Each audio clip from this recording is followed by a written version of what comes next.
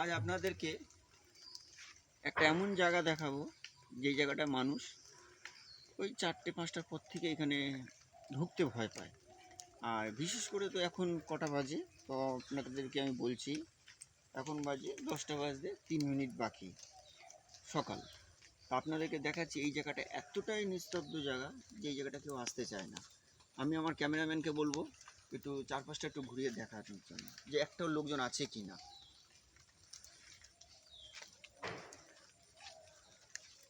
একটু এই সাইডটা দেখো, এই সাইডটা পুরো দেখো, তেঁতুল গাছ আছে, এই উপরে তেঁতুল গাছ দেখুন। এবার সামনের দিকে একটু চলো, আস্তে আস্তে আপনাদেরকে আমি দেখাচ্ছি, আপনারা দেখুন। কেউ আসতেই চায় না এই জায়গাটা, এতটাই নিস্তব্ধ। দেখুন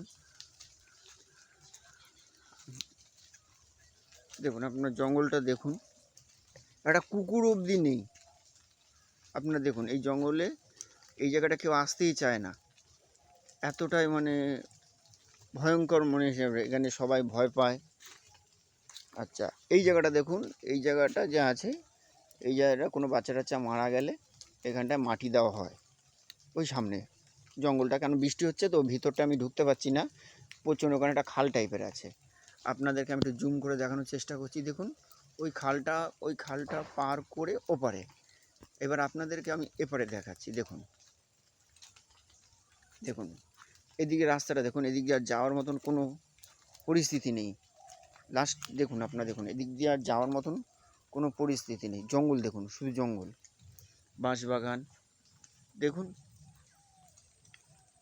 অবস্থাটা দেখুন, কিচ্ছু নেই। আমি পিছনেও দেখাচ্ছি আপনাদেরকে, পিছনটাও দেখুন, একটা লোকজন আছে কেউ নেই, পুরো ফাঁকা জায়গাটা দেখুন।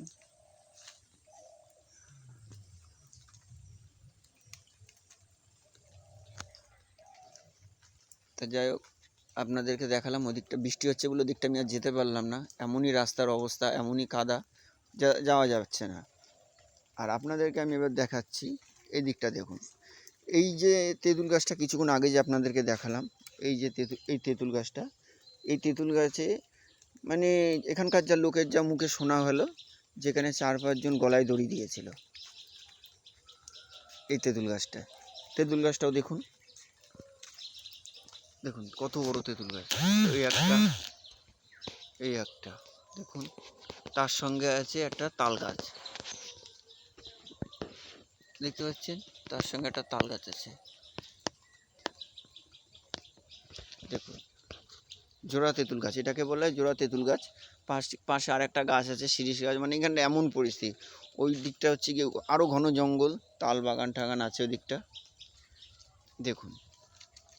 এদিকটা শিয়াল, মানে ওই শিয়াল টিয়াল এদিকে থাকে সবসময়, আমি ম্যাক্সিমাম আমরা দেখেছি। আমি ঢোকার মুহূর্তেই দেখি দুটো শিয়াল দাঁড়িয়েছিল, আমাদেরকে দেখে দৌড় মেরেছে। এবার দেখুন একটাও লোকজন আছে, কেউ নেই। দেখুন পুরো ফাঁকা নিস্তব্ধ। দেখুন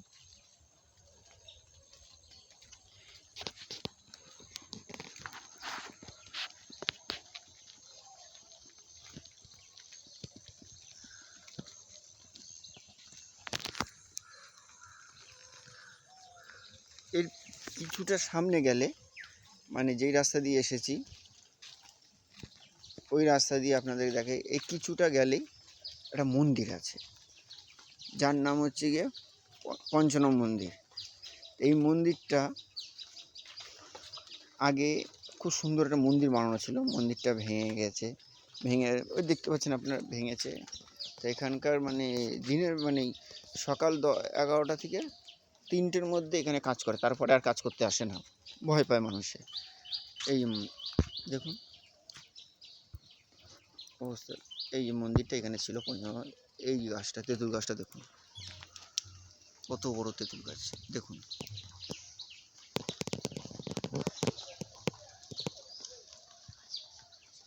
বুঝতে পেরেছেন।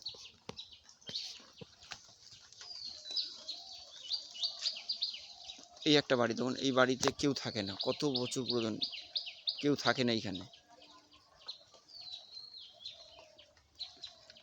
এবার আপনাদেরকে আমি বলছি এই জায়গাটা আসতে গেলে কি করে আসতে হয়। এবার আপনাদেরকে তো পুরোটা দেখালাম। এইবার এই জায়গাটা আসতে গেলে আপনাদেরকে কি করে আসতে হবে সেটাই আপনাদেরকে আমি বলছি। যদি কলকাতা শিয়ালদা স্টেশন থেকে লক্ষ্মীকান্তপুর অথবা নামখানা এই দুটো ট্রেনের মধ্যে যে কোনো একটা ট্রেন ধরে আপনাদের আসতে হবে লক্ষ্মীকান্তপুর স্টেশন। ওখান থেকে আপনাদেরকে অটো, টোটো এগুলো আসছে, আপনারা এসে নামবেন দয়রামপুর। দয়রামপুরে নেমে ভোগডা বলে একটা জায়গা আছে, ওই ভোগডা জায়গায় আপনাদের আসতে হবে। ওখানে বললেই হবে যে ভোগডা বলে একটা জায়গা আছে, সেখানে মানে যাব। তো ভোগডা বলে জায়গাটায় আপনারা যদি আসতে চান, এইটা হচ্ছে সেই জায়গাটা। তো আপনারা যদি আসেন এইদিকে, আর এখানে বাসে আসার রাস্তা অনেকটা ঘুরে আসতে হয় যদি আসতে চান। ডায়মন্ড আপনাদের আসতে হবে, ডায়মন্ড হারবার।